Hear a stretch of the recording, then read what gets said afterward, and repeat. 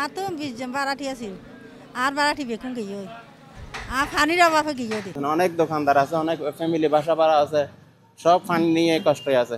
দিলে আপনার 700 টাকা 800 টাকা দিলে পানির বিল চলে যায়। আর চলতে বাজি আর পানির অভাবে গিয়ে দি দেখি পানির অভাবে এখনও পানি ভাত তো আনি তো গিয়া করা পানি গাড়ি আইয়ে এক বাল্টি লইতে লইনে পানি না ভাই বাসা তো পানি নেই, বাসা তো গোসল করতে পারছি না, আমার দোকানেও পানি নেই আজকে 3 মাস ধরে। দিলে আপনার 700 টাকা 800 টাকা দিলে পানির বিল চলে যায়, গাড়ি বেড়াম নেই।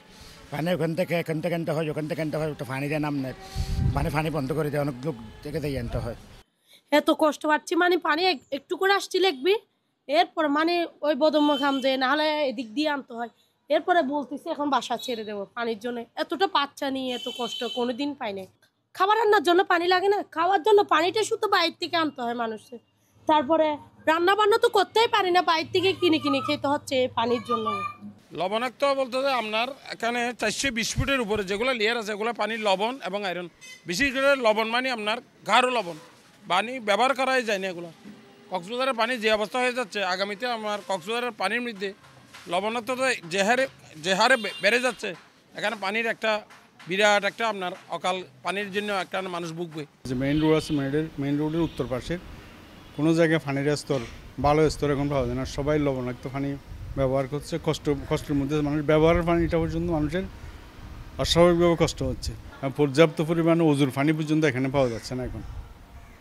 তো এই অবস্থা উত্তরণের জন্য আমরা বারবার পৌরসভার কাছে তাগিদ দিয়েছি, কিন্তু পৌরসভা এটা মোটেও মেকআপ করতে পারতেছে না। আমাদের আবেদন আমরা তো বলেছিলাম এরা ওয়াটার ট্রিটমেন্ট চালু করতেছে, বলতেছে পানি শোধনাগারের কাজ চলতেছে। এটা চালু হয়ে গেলে যেগুলো বড় বড় ট্যাঙ্কি করছে আপনার স্টেডিয়ামের ওখানে টার্মিনাল, এগুলো চালু হলে আদৌ 3 মাস 6 মাস এরকম সময় চাচ্ছে। 6 মাসের ভিতর যদি এগুলো চালু হয় আমাদেরকে পানির সমস্যা সমাধান করে দিবে বলে আমাদের আশ্বাসের মধ্যে রাখছে ওরা। বারবার আমরা পৌরসভাকে তাগিদ দিয়েছি। পৌরসভার যে একটি পানির লাইন তারা সৃষ্টি করেছে, তাদের পানির লাইনের কাজ এখনও অনেক জায়গায় সম্পূর্ণ হয়নি, চলমান আছে। যাই হোক, মূল বিষয় হচ্ছে পৌরসভার যে পানির লাইনটি তারা সৃষ্টি করেছে, এই পানির লাইন আসলে পর্যাপ্ত নয়। অনেক দোকানদার আছে, অনেক ফ্যামিলি বাসা ভাড়া আছে, সব পানি নিয়ে কষ্ট আছে। কখন ওই দিক থেকে টাঙ্কি ভরে আনতে হয়, কখন ওদিক থেকে টাঙ্কি ভরে আনতে হয়।